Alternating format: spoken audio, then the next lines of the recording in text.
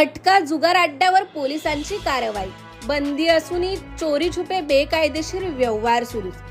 चोरी छुपे सुरू असल्या मटका जुगार अड्ड्यावर पोलिसांनी धाड टाकून कारवाई केल्याची घटना शुक्रवारी पोलादपूरमध्ये घडली। जिल्ह्यात सर्वत्र बेकायदेशीर व्यवसायांवर बंदी असतानाही काही ठिकाणी हे धंदे अद्याप सुरू असल्याचे या घटनेवरून स्पष्ट झाले आहे।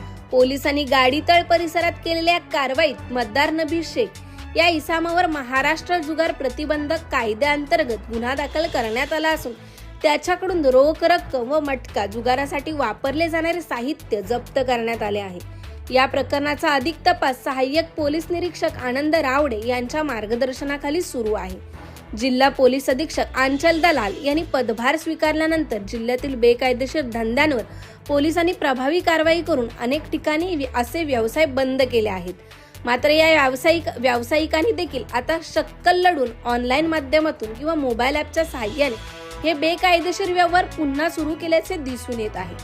पोलादपूरसह महाड तालुक्यात देखील अशा पद्धतीचे व्यवहार सुरू असल्याची शक्यता असून पोलिसांनी अशा डिजिटल माध्यमातून होणाऱ्या बेकायदेशीर व्यवहारांवरही ठोस कारवाई करावी अशी अपेक्षा सामान्य नागरिकांकडून व्यक्त केली जात आहे। ब्युरो रिपोर्ट, तेज मराठी न्यूज, महाड, रायगड।